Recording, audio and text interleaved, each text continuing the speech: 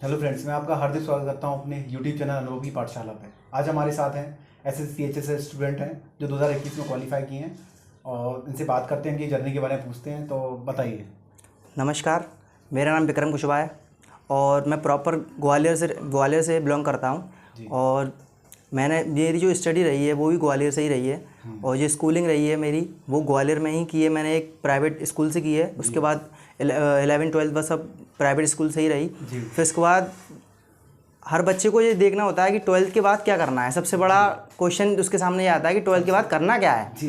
तो जो middle class family है आज के टाइम में उसको नहीं पता। आज के टाइम में तो फिर भी इतना फ़ोन वगैरह, मोबाइल फ़ोन वगैरह इतने चलने लग गए हैं, तो अपन काफ़ी चीज़ें जानने लग गए हैं। लेकिन आज से कुछ साल पहले अपन पास ना सबके पास स्मार्टफोन थे वगैरह चीज़ें नहीं थी, तो इस वजह से बहुत परेशानी होती थी कि क्या करें क्या नहीं करें। बहुत से लोगों को पता भी नहीं है, क्या सब पढ़े लिखे नहीं हैं इंडिया में, सारे लोग सारी चीज़ें नहीं जानते हैं। तो उसी अनुसार सबको दिक्कत आती है कि 12th के बाद आप करना क्या है। तो वही दिक्कत हमको भी आई।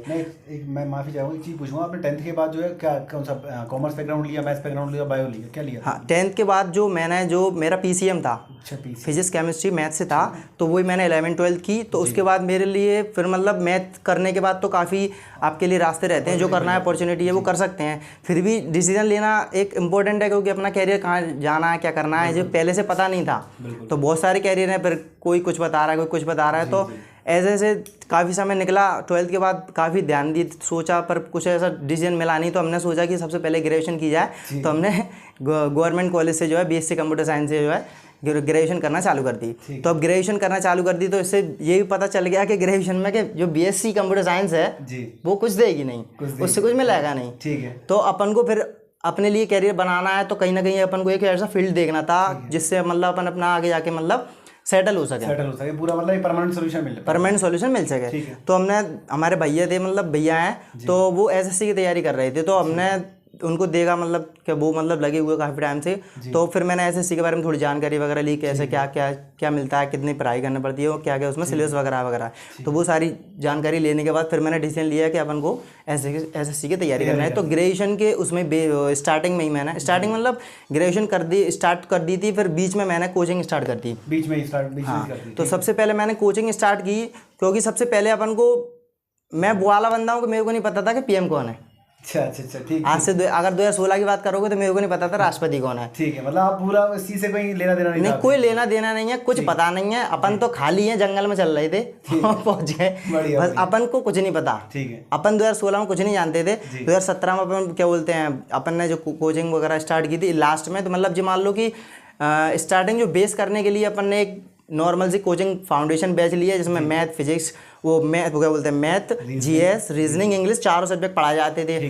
तो अपन उसी तरीके से उनके अनुसार पहले चलते रहे कि ये क्या करा रहे हैं। तो उन्होंने बेस में तैयारी शुरू कर दी। हाँ, घर के पास में ही कोचिंग थी, अपन ने तो वहाँ से चालू कर दी। तो फिर उन्होंने यहाँ से बेसिक कराते गए। फिर लगभग साल या 1.5 साल के समथिंग अपन ने जो मैथ का और जीएस का और इंग्लिश का और रीजनिंग का सिर्फ एक बार वो उस कोचिंग से अपन ने सिलेबस कर लिया पूरा। आपने एक बार पूरा सिलेबस कर लिया। हाँ, फिर अपन ने देखा कि यहाँ पे अपना कुछ नहीं होने वाला। उस बीच में आपने एग्जाम भी अटेम्प्ट किए होंगे? नहीं, कोई एग्जाम अटेम्प्ट नहीं किए उस बीच। तो आपने सिलेबस करने के दौरान कोई एग्जाम अटेम्प्ट नहीं किए, लेकिन सिलेबस होने के बिल्कुल उस पे था। तब मैंने फर्स्ट एग्जाम दिया था एसएससी CHSL का। हाँ, 2018-19 आप सिलेक्ट हैं उसका ही आपने सबसे पहला एग्जाम?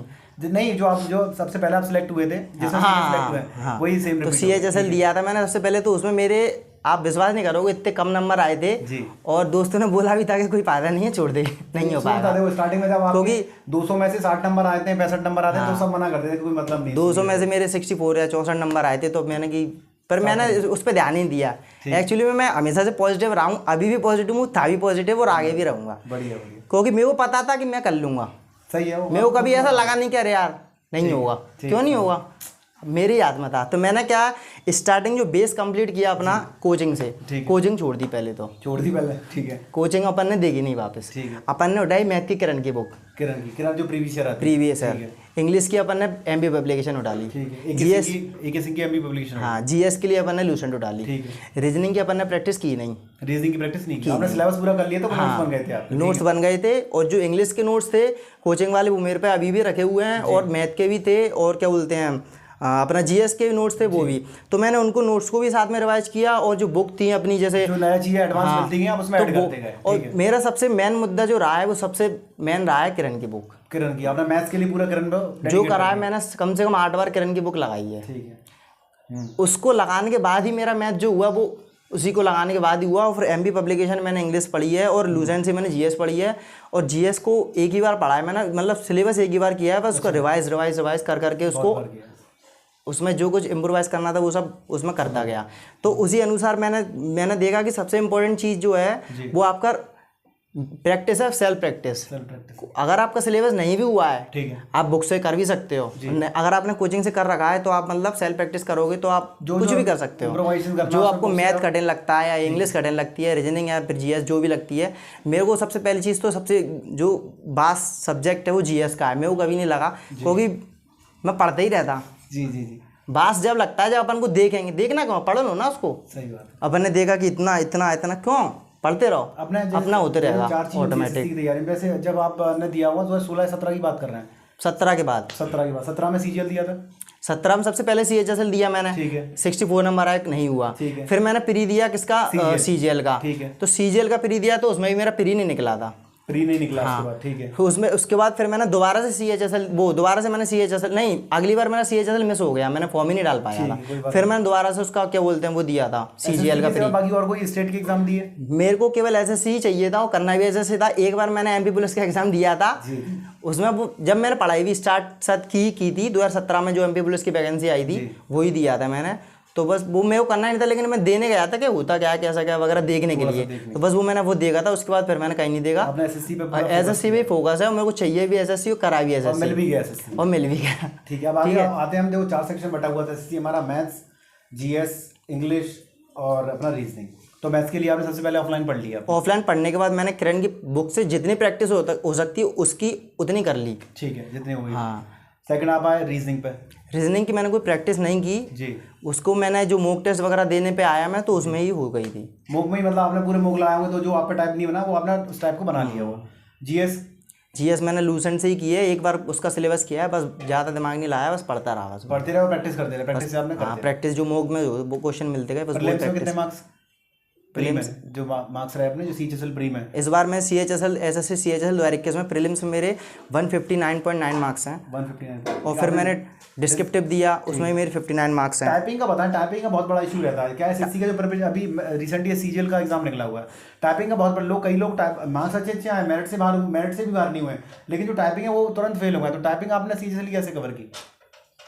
देखो वही है जो अपन देखते हैं कि अपन को सोचने लगते हैं कि ये बड़ा है, वो कुछ बड़ा कुछ नहीं है। मैंने केवल 1 या 1.5 महीने या 2 महीने मैक्सिमम बस उसमें ही टाइपिंग कर ली। कितने में, सुबह जब मैंने बीच टाइम में मतलब लाइब्रेरी ज्वाइन की थी, सुबह जब लाइब्रेरी जाता था तो 10-10 मिनट के 2 सेट लगाए, जब आते हुए 10-10 मिनट के 2 सेट लगाए, क्योंकि बीच में आप कर नहीं सकते, बच्चे पढ़ रहे हैं, ठीक है, कर भी नहीं सकते और मैंने करी भी नहीं, समझ गया, क्योंकि डिस्टर्बेंस भी होता है और वगैरह वगैरह। बस मैंने उसी को कंटिन्यू रखा डेली।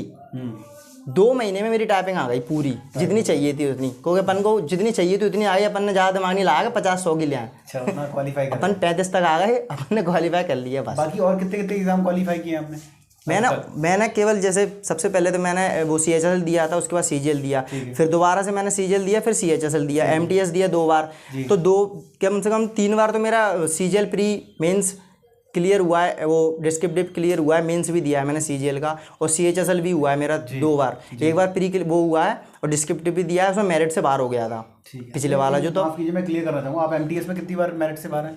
एमटीएस में 2 बार। 2 बार। सीएचएसएल में? सीएचएसएल में 1 बार। 1 बार मेरिट से आउट हुआ। सीजीएल में कितनी बार? 3 बार। सीजीएल में 3 बार, यानी आपने 3 बार सीजीएल का मेंस दे चुके हैं और 2 बार सीजीएसएल दे चुके हैं, 2 बार एमटीएस दे चुके हैं, ये आपका है। बाकी और अगर आपने एक बार मैंने एनटीपीसी जो आया था उसको दिया था, तो उसमें मेरा प्री भी निकला है और उसमें मेंस भी निकला है, उसमें मेरिट से बाहर हो गया। लेवल 2 और 3 क्लियर था मेरा, और उसमें क्या बोलते हैं, उसमें लेवल 2 में मेरी टाइपिंग क्वालिफाई नहीं कर पाया था, और लेवल 3 में मेरा मेरिट से बाहर हो गया। आपका जोन कौन सा था?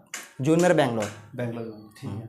देखिए अब इन्होंने प्रिपरेशन के बारे में बताया कि पूरे रिसोर्सेज ये बता चुके हैं। अब आइए इनके बारे में जानते हैं कि इनका फैमिली बैकग्राउंड क्या था, क्या उन्होंने स्ट्रगल किया यहाँ तक पहुँचने में। तो मैं आपसे जानना चाहूँगा कि क्या स्ट्रगल रहा आपका?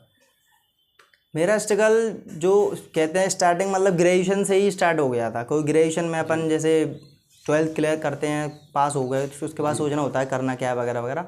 तो चीज़ें हमारे पास कुछ थी नहीं ऐसे सोर्स वगैरह भी, तो हमारे पास मतलब ऐसा जी मिडिल क्लास से ही बिलोंग करते हैं प्रॉपर। तो ये भी था कि मैं सबसे बड़ा हूँ घर में, हम 3 भाई हैं, एक बहन है, मम्मी पापा वगैरह, और फैमिली पूरी कंबाइन रहती है, दादी हैं और चाचा चाची वगैरह, उनके बच्चे, वो सब कंबाइन ही रहते हैं। तो फिर क्या है, फैमिली का भी लोड आने लगता है कि सबसे बड़ा मैं, जी जी तो फिर मेरे को ही करना है जो कुछ करना है। तो उस हिसाब से फिर मेरे पे लोड आने लगा कि अगर मैं ही पढ़ूंगा तो फिर घर में कमाने वाला कोई नहीं है वगैरह वगैरह। तो फिर मेरे को घर वाले ही बोल रहे थे कि कुछ प्राइवेट मतलब जॉब कर ले वगैरह, पार्ट टाइम वगैरह वगैरह। तो मैंने 1-2 जॉब भी देखी, फिर उसमें करा भी, पर मेरे को नहीं जमा। तो फिर मैंने अपना खुद का लिए, मतलब फिर मेरा मतलब दादाजी थे तो कुछ टाइम पे उनने मतलब ठेला लगाया था अंडे का, तो वो मैंने कंटिन्यू करा। मैंने कि कुछ नहीं है तो अपन, क्योंकि मेन चीज़ अगर किसी के लिए आप जॉब करते हो, पार्ट टाइम भी करते हो, तो वहाँ पे इतना हो जाता है कि उस फिर पढ़ाई करने के लिए बचता नहीं है, टाइम भी नहीं बचता और अपने लिए फिजिकल भी नहीं अपना इतने रह जाते। आपका अंडे का ठेला लगता है? तो फिर मैंने अंडे का ठेला चालू किया, साथ साथ में फिर मैंने कोचिंग भी स्टार्ट की। तो जैसे शाम को ठेला लगाते तो दिन में कोचिंग कर लेते थे और सुबह पढ़ लेते थे। तो ऐसे करते करते फिर मैंने अपना जो कुछ करना था वो ही अचीव किया। फिर मेरा भाई, तो फिर उसको मैंने उसमें सेटल किया। तो फिर मैंने प्रॉपर स्टडी में आया, प्रॉपर फिर मैंने कुछ नहीं देखा, प्रॉपर 2 साल मैंने, जैसे 20 जो कोविड था वो कोविड सिलेक्शन है बस मेरा, क्योंकि कोविड में पूरा पढ़ दिया मैंने। अच्छा, पूरा क्लियर? कोविड में कुछ था नहीं मेरे पे, तो मैंने पढ़ाई है बस, ठीक, कुछ नहीं करा, क्योंकि अंदर तो बंद थे ही, समझ गया, अंदर तो पढ़ ही लो। तो कोविड में पढ़ा, पूरा 20 पढ़ा मैंने। फिर 20 के बाद 21, फिर मेरे को पता पड़ गया कि यार ऐसा नहीं है कि पढ़ते ही रहो हमेशा। मैंने सोच लिया था 22 तक पढ़ूंगा, फिर होगा नहीं होगा देखी जाएगी। फिर मैंने 22 में, फरवरी मेरा लास्ट था, मैंने फरवरी में छोड़ दी पढ़ाई, उसके बाद करी नहीं है। फरवरी में छोड़ने के बाद मेरा अभी CHSL का रिजल्ट आ गया, फिर मेरा सीजन में मेरिट से बाहर हो गया मैं। फिर मैंने देखा कि मेन चीज़ ये है कि आप पढ़ते पढ़ते रहो, कब तक पढ़ोगे? ठीक है, 30 साल तो ऐसा नहीं, 50 साल जब तक जिंदा पढ़ते ही रहो, ऐसा तो नहीं, आगे भी चीज़ें करना होती हैं। तो चीज़ें मैंने देख लिया था 22 तक अपन को पढ़ना है, 22 तक मैंने पढ़ा और मेन चीज़ मेरा सिलेक्शन भी हो गया। कुछ भी मान लो, लेकिन हो गया।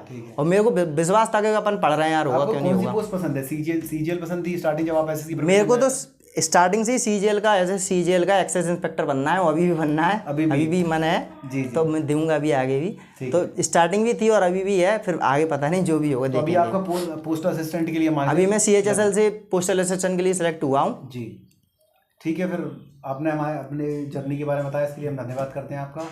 और आपने देख लिया हुआ इन्होंने लोग बताया, और आपको जो भी क्वेरी हो, क्वेश्चन हो, तो हमसे पूछ सकते हैं।